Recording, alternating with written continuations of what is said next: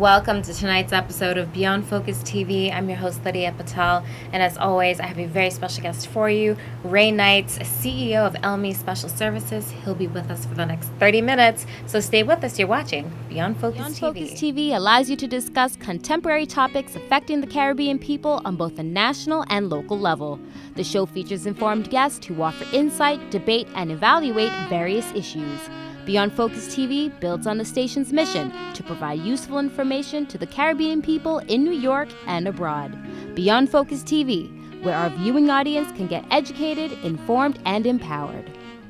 Welcome back. You're watching Beyond Focus TV. I'm Lydia Patel, sitting here with Ray Knights, CEO of ELMY'S Special Services. Ray, welcome to Beyond Focus. Yeah, welcome, Princess Lydia. Bonus points for my night right here. That is your name, Ray Knights, CEO of ELMY'S Special Services. Yes. It's such a pleasure to have you here because a lot of times I think something like this nature really gets overlooked a lot of times. But it's something so important to the community. People need to know where you can get fundamental care. Yes. In a reachable sector. So that's why we have you here today. Really tell us all about ELMY'S. So let's go straight into it. Tell us how this all got started for you. Oh, well, it's quite an interesting story.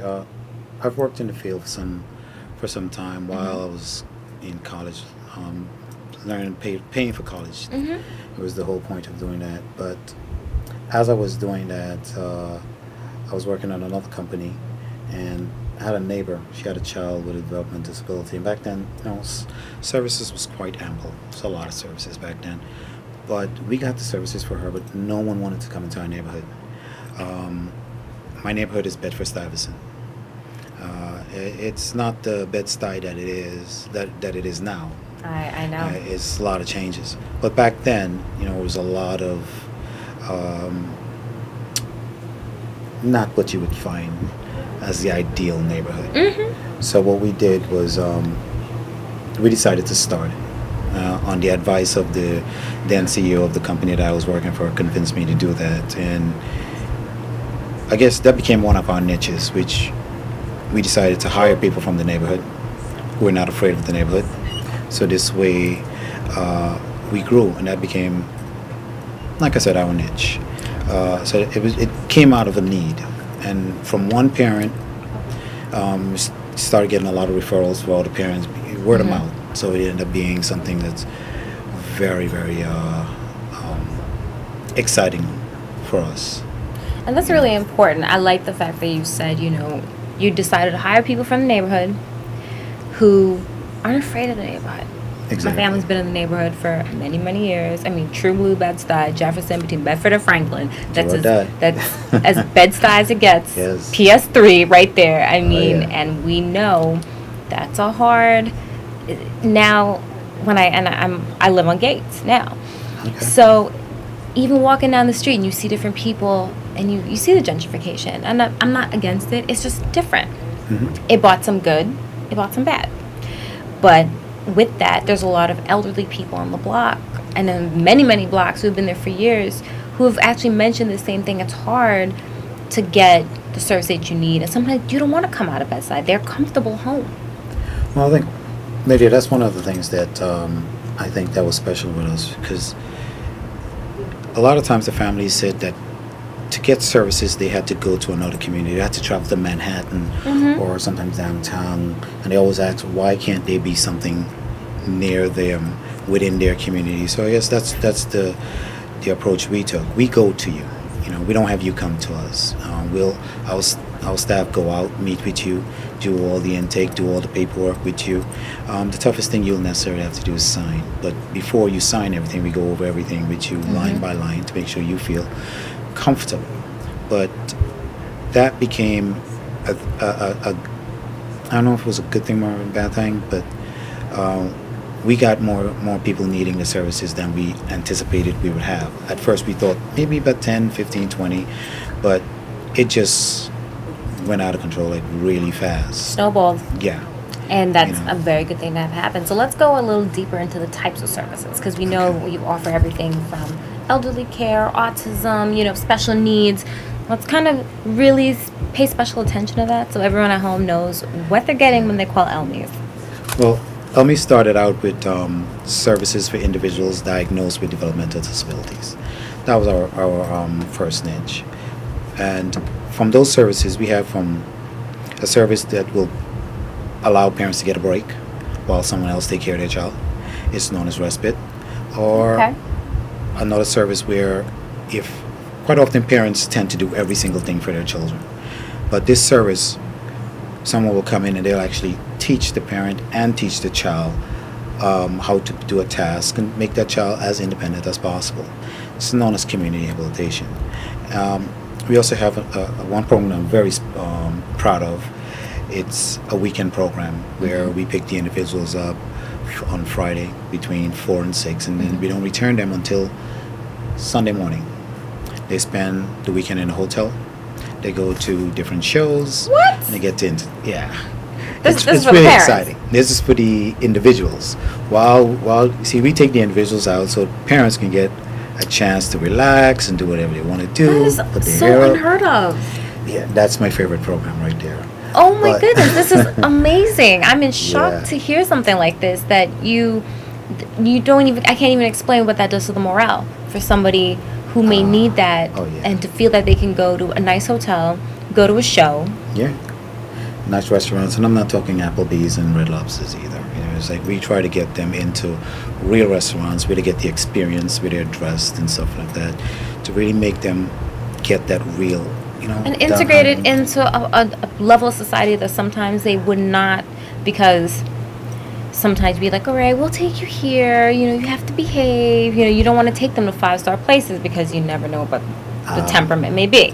Well, that's one of the things that I strive to work with the families on, as well as the staff. I don't like the idea of 10 individuals diagnosed with DD sitting at a table together. It just draws attention. So the whole thing is that how do we blend in? How do we get that to blend in? So 3 individuals sitting together who are friends, who develop a relationship, can sit together in a restaurant. And then at another table, they can sit together. Another 2 can sit together.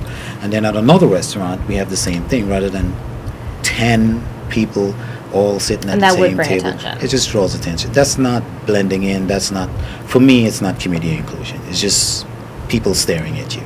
Yes. You know, so we try very hard to make it as normal as This possible. is absolutely amazing. And I think that's one of the top, for me, a driving force, that if I were somebody looking for services, I would want that either for my family member or whatnot. That would be a deciding factor, because a lot of places offer activity night, game night. This is different. Oh, and I hate puzzles. I hate puzzles.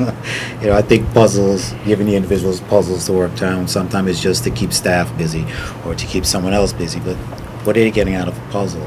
You know, it's got to be something that's going to be meaningful. How is going to make this individual get to the next level, rather than just simply being idle or keeping them busy by giving them a puzzle or a little toy to play with. You and I wouldn't want that. No. You know, we No. want to experience what the rest of us experience, what the rest of the people Absolutely. experience. So that's my niche I love it. in trying to do it. I Thank love you. it.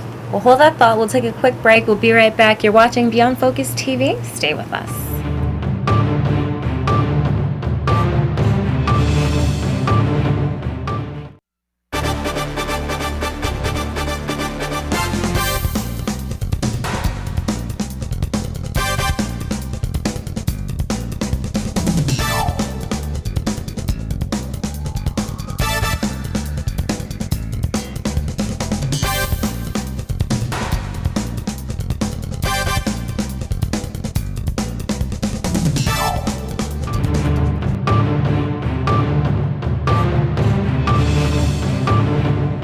Welcome back. You're watching Beyond Focus TV. I'm Lydia Patel, sitting here with Ray Knights. Ray, excellent first segment. Definitely super informative. I know our viewers are really going to take advantage of something like this because, I mean, the facts and statistics are there. Brooklyn has a need for this. Yes. So there's definitely a need.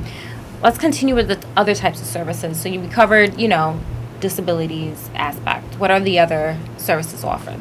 Well, recently we decided to go into providing home care services, because what we found in our community, there's a lot of baby boomers who are retiring right now, and not much services to them. So even though there are services for the elderly in Bed-Stuy, it's still not enough agencies out there to be able to assist. So one of the things some of the families came to me and said, why don't you start looking into providing services for us as well? You've been doing such a good job with the individuals that they care for, but what about them who are getting older and so forth? So we decided to look into it, and yes, now we decided to provide home care services. We have a program, it's called Nursing Home Transition Diversion Program, and that I'm most proud of as well, because it's a program that avoids an individual from going into a nursing home, or if someone is in a nursing home, it allows them to come back into the community. I had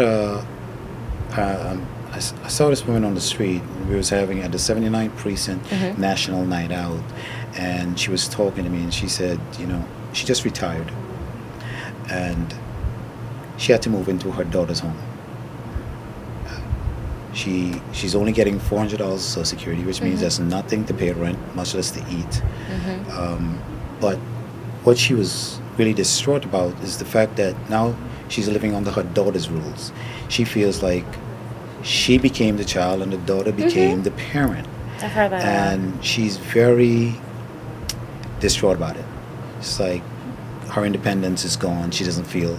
So Nursing Home Transition Diversion Program aids in that area. If this person meets the qualification for this service, it will also pay for their rent. It is a rent stipend that will pay for them. Now that mom is actually living with her daughter, it will actually pay half of that person's rent because they're living together. So mom don't have to feel like a She's burden. not contributing anything. Right. But it's not only that. You see, parents, individuals getting elderly individuals, like my parents, for example, they don't want to give up their identity and who they are. My mother, for example, she was told by my daughter during one argument that, not my daughter, I apologize, my sister during one argument that I'm going to put you in a nursing home. And whereas my sister was joking, of course, my mother took it very serious. So it's like, how do you keep a person at home and still get the same care that they need or that would get in a nursing home? So all of those services that person would receive in a nursing home, they would be able to receive in their own home, keeping their dignity, keeping their identity of who they are. And it's not only, we try to speak to our home attendants and let them know you have to build kind of relationship with the family, with that individual. Quite often the individual's looking for company. But so try to get engaged in something that that person's interested in to talk about. Not just go in there and sit down and watch television, because I've been speaking to some of the families who've been getting home care from other agencies and said all they do is come in there and sit down and watch television and eat my food. That's a whole other episode where I do want to do a focus on that, where it falls under the elder abuse, where it is because they make so little. I look at it as that service isn't free, of course. No, it's not. In-home services cost quite a bit. And a lot of people think it's, I just chill, you come, you feed them their meals, and my soaps are on at 2 o'clock. Yeah, but they're looking for much more than that. Exactly. They're really looking for interaction and so forth. I met another one, Sharon from Brookdale, invited me to the Pink Houses, and we met this amazing woman. She was dressed in her pearls, her thing, amazingly, and she was so excited that she's able to come out and do something different. And I think that's what our home care, that's what we're looking to do, to make it very inviting, very conversational, making sure that the person knows about the individual before they walk into their homes rather than just walking in blindsided. And also one of the things that some of the families said to us is that, we have home care, but no one comes by to check. So, but we have a nurse that will come by and check on a regular, and we also